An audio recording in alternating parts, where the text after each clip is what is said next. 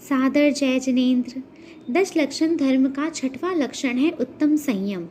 संयम का सीधा सा अर्थ है दौड़ते हुए इंद्रिय विषयों की लगाम अपने हाथों में रखना तथा दया भाव से 6 काय के जीवों की अपने द्वारा विराधना ना होने देना। अब हम बढ़ते हैं उत्तम संयम की कहानी की तरफ। कहानी का आधार 10 लक्षण शास्त्र।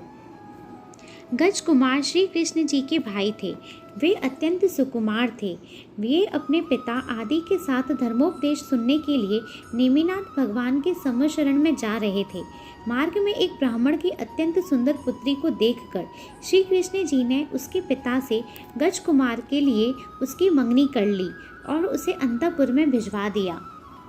भगवान का उपदेश सुनकर गज कुमार को वैराग्य हो गया।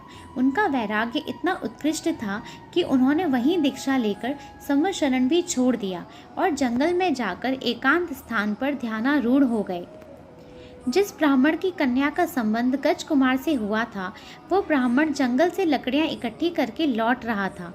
उसकी दृष्टि जैसे ही गज कुमार मुनिराज पर पड़ी वो आग बबूला हो गया और बोला, रे दुष्ट, मेरी अत्यंत प्रिय सुकुमारी पुत्री को विधवा बनाकर तू यहाँ साधु बन गया है। मैं अभी देखता हूँ तेरी साधुता को। ऐसा कहकर उसने अपने साथ लाई हुई लकड़ियाँ जलाई। समीप ही तालाब था। उसने तालाब के पास की गीली मिट्टी लाकर गज कुमार के केश लुंचित सिर पर चारों ओर पाल बांधकर उसके भीतर धधकते हुए अंगारे भर दिए। गज कुमार का सिर बैंगन के भुर्ते के सदृश खिल गया, कपाल फट गया, परंतु गज कुमार मुनिराज शरीर से भिन्न आत्मा के ध्यान में ऐसे लीन हुए कि उसी अंत मुहूर्त में इतनी अल्प व्यय में ही मुक्ति को प्राप्त कर लिया।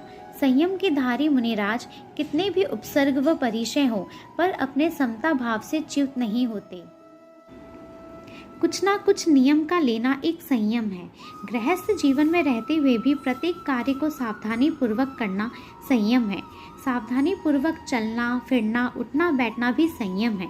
इस प्रकार संयम के महत्व को समझकर संयम धर्म को धारण करना चाहिए। सादर जय जिनेन्द्र।